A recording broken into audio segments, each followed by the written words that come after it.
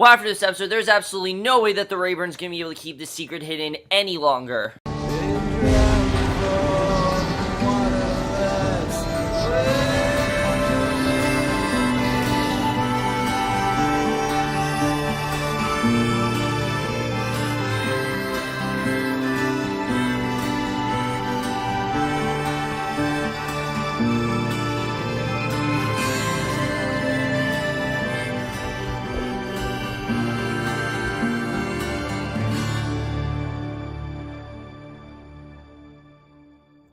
Hey guys, Kevin from Bloodline, Season 2, Episode 8, Part 21. I was definitely looking forward to this episode, especially after that amazing episode. Episode 7, Jacinda Barrett was just incredible there. I was definitely looking forward to seeing how this episode was going to unfold, and I don't think this episode was as strong as Episode 6 or 7. There was definitely a lot more going on there. This still was a really great episode. This was definitely more of a moving pieces kind of episode, but I still really loved all of it. I think there was some really great stuff going on in this episode, some really big scenes as well, especially towards the end. We're really getting close to finding out what's going on. Like I said, I really think very soon everyone's pretty much going to know what John has done and how the Rayburns killed Danny. I think that's definitely going to come up very soon.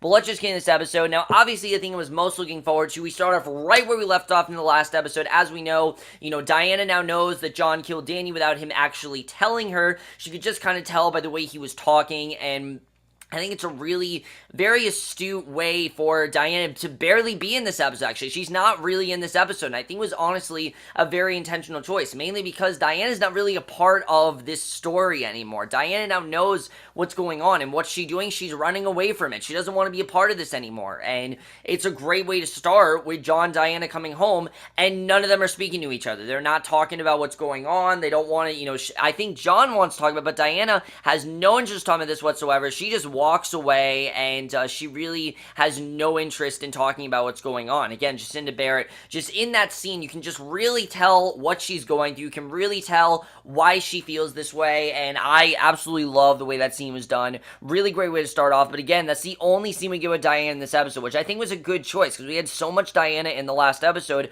I think it does make sense we barely see Diana in this episode, because right now, John is screwed up so much, Diana's not really in his life right now, and I think that's kind of the point, that's why we're not really seeing Diana. So then we see Nolan and Sally, who I really was trying to figure out what her angle really was here. As we know, Sally told Nolan that she wanted to go to Danny's old restaurant, but really what is she trying to get at? We find in this episode, they've taken off to Danny's old restaurant called Viva Caputa, and Sally asks about the inside of the restaurant, which seems to have burned down, but Nolan holds off. He doesn't want to admit what happened there, and you can tell also that Nolan seems to have a soft spot for Sally. These two actually seem to be bonding really well, which is interesting because as we know, Sally did not want Eve to initially have Nolan, but it seems like these two have actually been forced to bond in this circumstance, and he starts talking about Danny and the restaurant, but he doesn't open up about how Danny sold drugs to keep the place afloat, and he doesn't tell her that. So we do actually see some more flashbacks in this episode going on with Nolan and Danny, and I really did enjoy that. I think there was some really good stuff going on here, and honestly, the more the season goes on, the more I feel bad for Nolan. I probably felt the worst for him out of all the episodes with this episode, mainly because you really see what Nolan was going through. He just wanted to have a legitimate relation with his dad. He never really got to. Danny was never really in his life. He was always really upset about that, and I think Danny deep down really did want to have some sort of a life for his kid, but he also wanted his kid to have a good life, and that's why he kind of kept him out of it. And especially Sally, who really doesn't know much of anything. Again, Nolan's kind of keeping her in the dark about this, and even though these two are getting close, those terrible memories are coming back to haunt Nolan, just like those memories that come back to haunt Sally and every member of the Rayburn clan. Nolan's as much a part of it, and I really like seeing that in this episode, that he as well is a victim. When he showed the season, you thought he was going to be a villain. He really isn't, though. He's more of he's just another victim of this whole, situation that's happened, and he can't really get himself out, and you definitely do see that here. So with John, who does in fact admit to beating up Ozzy because she knew that there was something going on, and Ozzy wants money to be kept quiet, and Meg's not having any of this business. John keeps shrugging him off, but Meg gets it because, Meg is the smart one, of course, and obviously because of, what he did. That's why Ozzy's not leaving him alone, and speaking of Ozzy, he's actually hanging out with Eric down by the ocean, having a celebration of sorts about running the Rayburns into the ground, and Eric calls him out, telling him to leave the Rayburns alone, and I kind of like how Eric is kind of on their side. Even though Eric has been portrayed as kind of a dick, he actually is being portrayed as a good guy here. He's kind of like, leave them alone. At the same time, you can't blame Ozzy. I mean, John nearly killed him, so you really can't blame him for wanting to go after John. And that's something I do like here, is that both Ozzy and Eric are justified in this scene. And Ozzy talks about how everything is going to work out for the, Ramblers, basically, and how he's going to get Eve some studio time so she can record her music. And I didn't think we've heard about this, but Eve apparently is a really successful artist, and he wants to record music and everything. And you kind of see the love he really does have for her. And I like this scene because you really do see that deep down he really does seem to care for Eve, and he really does want to help her. He wants to become successful, and I really did like seeing that. I thought it was a very well done scene, but apparently Eve isn't really able to do much of anything, and that is something that I'm not a huge fan of, is that we haven't seen a lot of Eve since the whole Janie incident, so maybe that's why she just kind of lay low right now. But Meg then meets up with Kevin to discuss this situation, and Kevin lets her know that he's hardly able to help because his life is basically in shambles, and he's still recovering from the worst, from the cocaine and everything, and he's greeted at work by the people from the bank to come to appraise and collect his belongings. And elsewhere, John then makes a trip back to the tree stump where he killed Danny. And it's a great scene. I love the way this was done. Just seeing those memories of him, remembering him drying his brother. He hasn't been here in a while. He hasn't been to that lake. And he sees where he killed Dane and be at the place where he went, to Danny. And he seems kind of relaxed about it until the flashes start rolling in. John's face then sinks. He falls to the ground. We see that, he's really starting to unravel, and he starts talking about everything he did and how regretful he is of it. And unable to reach Meg, Miss Ortiz gives John a call, and he agrees to meet up with her. And I'm really wondering, what is his angle here? What is he really trying to do? Why is he going to Miss Ortiz? What is he really trying to do here? So I really like the way that scene was done. Again, you really do see the regret that John has in killing Danny. And again, he really didn't mean to kill him. He's really regretting doing that, and that's what got them into this whole mess. Think about it. The Rayburns have tried to be a normal family. They tried to get Danny out of their life. And I think John's kind of thinking, if I never killed Danny, maybe our life wouldn't be as crazy as it was right now. Maybe something would be normal. Maybe, Danny would have left us alone. Maybe not, but, maybe stuff wouldn't be as crazy had he not killed Danny. Because definitely, that is what got them in this whole mess, and that is what turned the Rayburns as crazy, as it is. Definitely, I really like the way that was done, though. I think, again, Kyle Chandler's been killing it all season, but especially that scene, it really killed it, and I think he did a really great job with that. So Nolan asks Sally to make a pit stop, and it seems like it's at a house that Nolan once lived at, which is really interesting, because I don't think we've heard about this before. But she sees the first sign that the Rayburn Inn ever had, but when she brings it up to Nolan, he shades her by saying that Danny didn't want to see it. So, again, we knew that Danny really wanted nothing to do with the Rayburn name. We've heard about this before, that Danny really wanted to cut all ties with the Rayburns. I mean, we've seen this since the end of last season, he wanted to do that. And even though he tried to get close with them, once they kind of disowned him, wanted nothing to do with him, he kind of just steered away. And and again, you have to think that Danny did talk to Nolan back last season. When he wasn't with the Rayburns, he probably was with Nolan and Eve. You kind of think that here, but she presses further and Nolan buckles. And in the end, it seems like Nolan and Sally actually seem to be getting very close. She looks through some pictures, sees that Nolan and Robert have a picture together, even though Nolan says that they only met once, which that alone I think really is kind of hurting Sally. And again, Sally's been the one person that really doesn't know much of anything, and Sally keeps pushing Nolan. He eventually opens up, only tells Sally about a huge blow that Danny and Eve had on Father's Day, and again, it's just really sad. We know these two fought constantly. We knew there was a lot going on there. We knew the problems that Danny had, and really doesn't seem like there was anything good for Nolan in terms of a good, fatherhood with Danny. There was no really good bonding, and it's just really sad, because I think Danny really did, again, want to be a good father. He just never really could be, because of all the problems he had, and I think Nolan always wanted to have that nice father-son relationship. They could never really have it. It really does suck that they never really could have that relationship, because I think deep down, Nolan really did want that, but unfortunately, he never could, and I definitely do feel bad for this kid. No one should really have to go through what Nolan's gone through.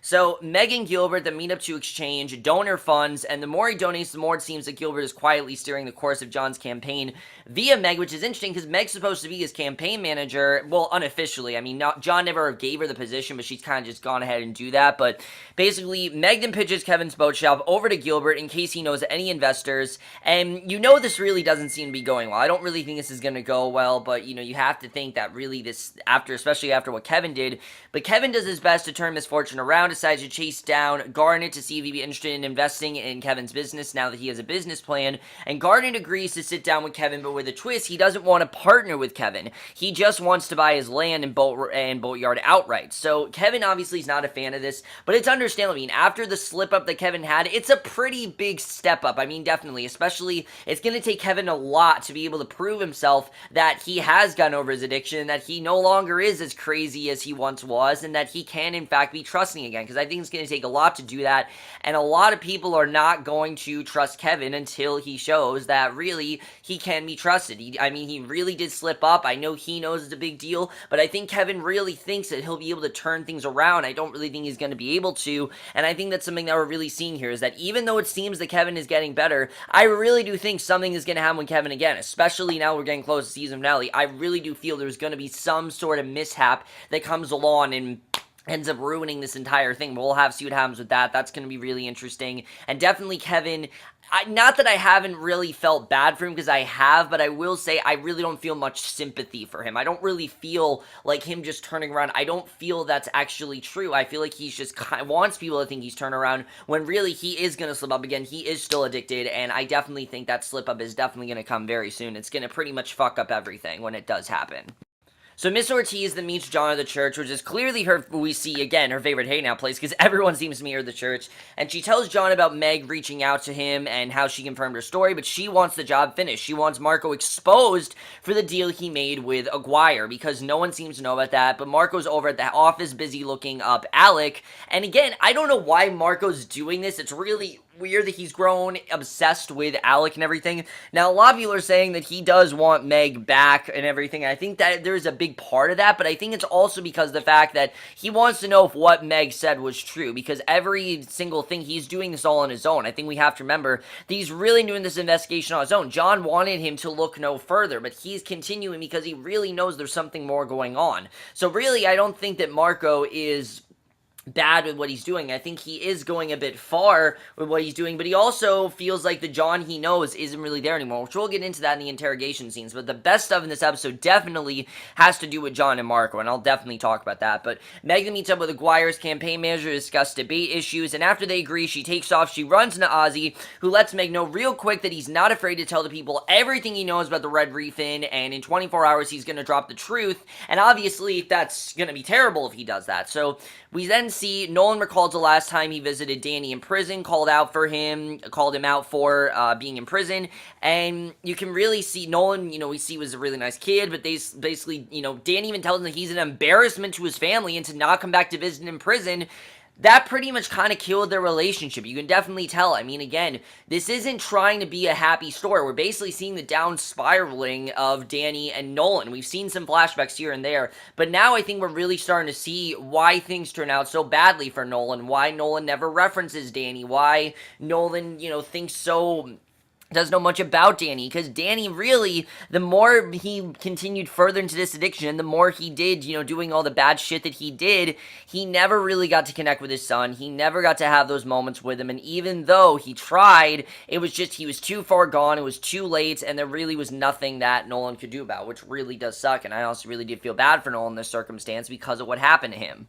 So Mark actually does get a hold of Alec, and it isn't actually in the jealous way that we thought. I actually like that it wasn't just because he was jealous of Meg. He's actually there to have Alec to confirm some dates, which is obviously going to be used against Meg, because he knows that even though Meg, he kind of does trust her, he kind of doesn't. He also knows that family first, and that they're definitely covering up something, which again, I think shows that Marco's really not a bad guy, definitely. I think definitely he's not dead set on ruining Meg. He's more trying to get information, because he knows there's something that John is not telling him, and he wants to know what that is. And basically learns she did not pass her questioning with flying colors. Of course, those dates don't line up with Meg, so he takes it to Aguirre. And things really aren't looking good for them. We see Kevin sits at his boathouse looking over his foreclosed kingdom, and Meg is trying to arrange a meeting between Gilbert and Kevin.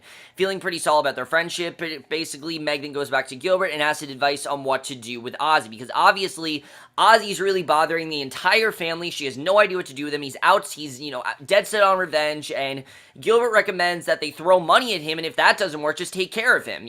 Basically take care of him and kill him, basically. They should just kill him. And down at the boatyard, Kevin and Gilbert then make their rounds. He offers to help Kevin out with his funding problems, and it seems like things are kind of going well here, that maybe Meg did make a good decision in having, Gilbert go to Kevin. It might be, the best thing for him. So, Eve is not happy about Nolan taking Sally back to their place, which they're due to be evicted by month's end, we find out. But Nolan then piques Eve's interest when he tells her that Sally wants to talk to her. It seems like Sally has gotten into Nolan's head because he asked Eve why Danny never asked for help at the restaurant. Obviously, there was a reason why. And Eve smacks him in the face for calling Danny out because, obviously, that's what they do. And, interesting the way that was done.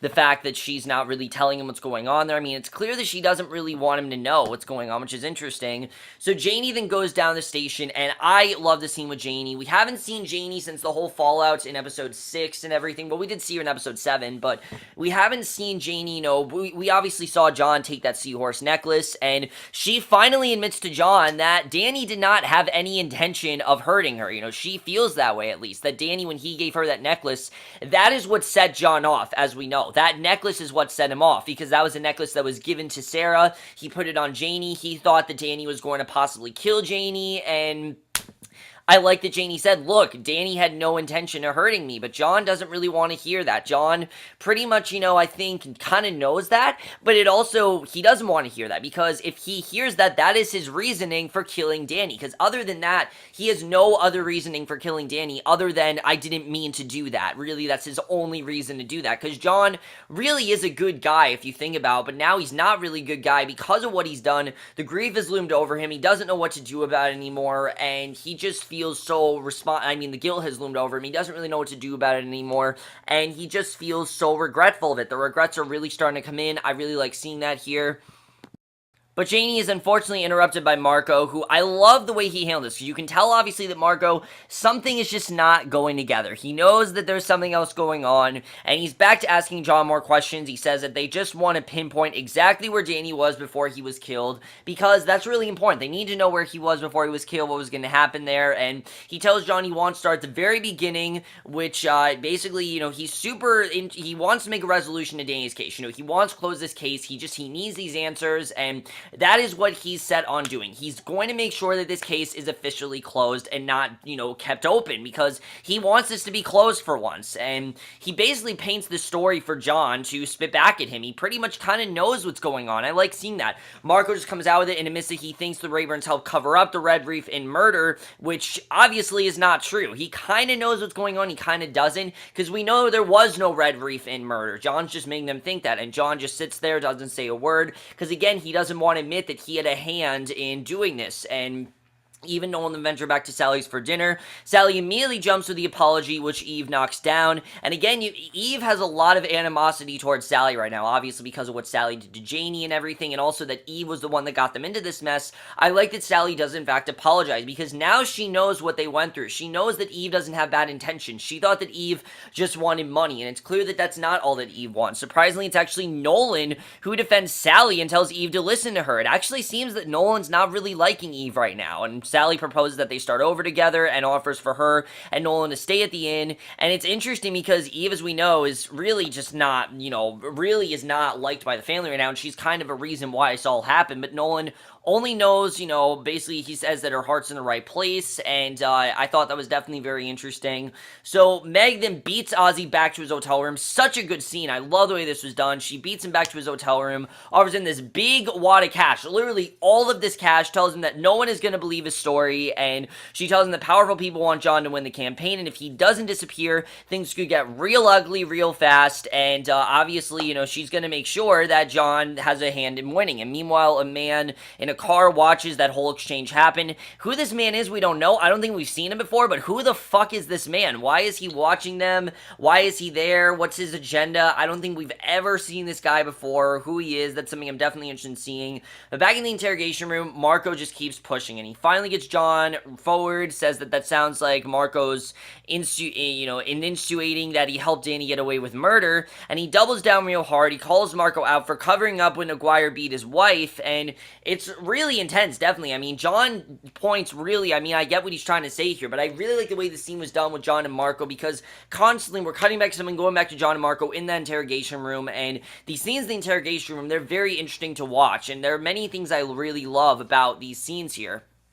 The main thing about these scenes in the interrogation room is that it really doesn't have to do with the fact that Marco is obsessed with Meg, which John does keep coming up with. I do think that he's a little bit obsessed, but I think it's more about John is gone. The John that Marco once knew is not there. He's not acting like the John that he's worked with all these years, and Marco wants to get that John back, and he knows there's a reason why John is acting this way, and I think Marco really is just a guy who's trying to do his job. He wants to close this case, and that's really what's going on there, but really, he just keeps pushing, and he calls Marco out for covering up when Aguirre beat his wife, and really, that's what's going on there. So we see Nolan's memory episode finally comes to an end. This is how he finally ends all those terrible memories. Everything that Nolan's been thinking about, finally he's going to put to an end. He sits on the porch of the inn, flipping a Zippo open and closed while nearly dropping a cigarette out of his mouth. It flashes back to a time that Nolan was casually playing with the oven in Danny's restaurant, and then set a couple canisters of oil on top of the stove and just set it on fire when we realized this was all Nolan's fault, that he was the one that did this, that he was playing around with canisters, and he's the one that set Danny's place on fire. So you kind of wonder, was it intentional that he did this? Did he just not give a fuck? I kind of feel like that's why Nolan did that, but basically we're still in that interrogation room. Marco keeps spinning his wheels, trying to pull information out of John, and eventually, without saying it, he implies that someone did in fact kill Danny. He knows that something happened there, and John basically says, look, if you have a reason to go after us, then do that, but if not, leave my family alone. You have no reason to come after us, and that is the way the episode ends. You can definitely tell that I think Marco knows that something is going on, but that is how this episode ends. Really good stuff there. Definitely really enjoyed that, and I think just a really great way to end the episode. So overall, guys, like I said, and I don't think this episode was as good as episode 6 or 7. I still thought this was a great episode. I really enjoyed it overall, and definitely we are coming very close to, I think, Marco finding out what's going on. He knows that definitely the Rayburns had a hand in Danny's murder. He just doesn't know what extent. He definitely knows something happened. Now, he seems to think there was a Red Reef in murder. There wasn't one. John even tells him in that scene that it was, Lowry that killed him, and, Marco says there's no way that Lowry was, that the guy's still out there, and John doesn't seem like he's even interested, which I thought was an interesting way that was done, because yeah, John doesn't seem as interested in finding Danny's killer. Why? Because he's the one that killed Danny, and he really regrets doing so, I think. I think at the time, killing Danny seemed like the best way to put an end to the tumultuous life of his family and everything, that the circumstances they were in, it just seemed like it was a good idea. But now, it's really ruined a lot of things, and especially with everything this family's going through, it's only made things worse, and John's doing whatever he can to cover this up. That's what he's done all season, and it really doesn't seem like it's going to be working much longer. Just the way this is going, really doesn't seem like John's going to be able to cover this up any longer. Especially after everything that's been going on, I just don't feel it's going to be as easy to do, but we'll have to see what happens with that. Now, as far as Nolan goes, I think Nolan feels he's putting an end to all the tragedy in his life, but I don't really know. Clearly there is stuff that he does not know, that Eve has kept hidden from him, and I'm definitely interested in seeing what that is. I hope we see more flashbacks. I like the direction they're going with Nolan's character. They're definitely making him a lot more interesting than I thought. I like that he's not Danny 2.0. He's clearly haunted by his past. He never got to have a good relation with his father. He always wanted that relation with his father that he never really got to have, and he's really pissed off about it, and I like that direction they're headed with his character. I think it's a really good direction. I like the way that that's going. As far as this whole situation with Marco, I don't want it to be like, I don't see this as Marco is obsessed with Meg, and that's why he's doing all this. I don't think that's what this is all about. I think part of this is, yes, his past relationship with Meg.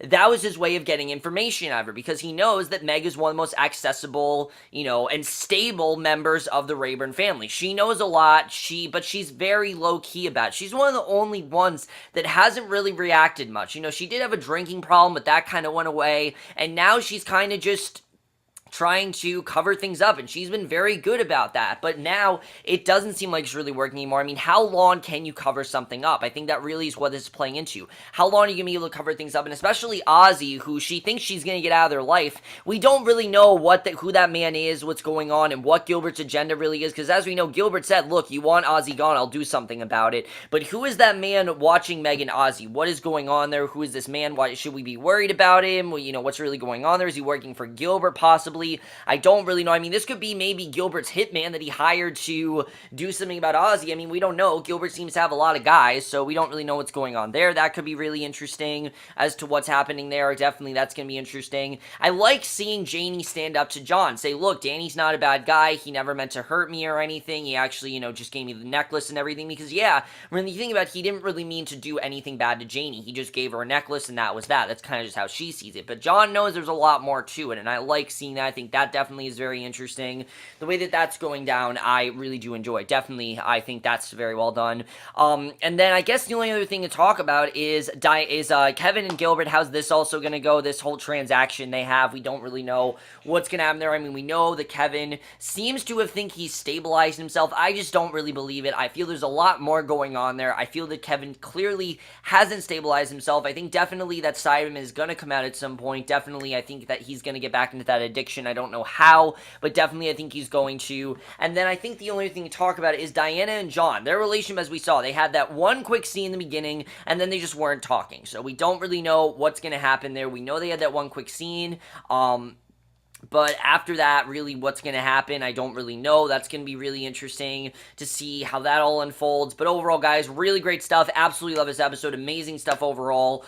Really, just like I said, another great episode. Really am enjoying the rest. And we only have 2 episodes left this season, which I can't believe I'm almost done with the season, but I only have 2 episodes left. Most likely, I'm finishing the season today. I'll tell you guys that right now. Most likely, I'm finishing it today. I don't really know. Most likely, I am, though. But we'll see you guys in my next one, which will be for episode 9 of Bloodline, and we'll see you guys for that. So, okay, bye.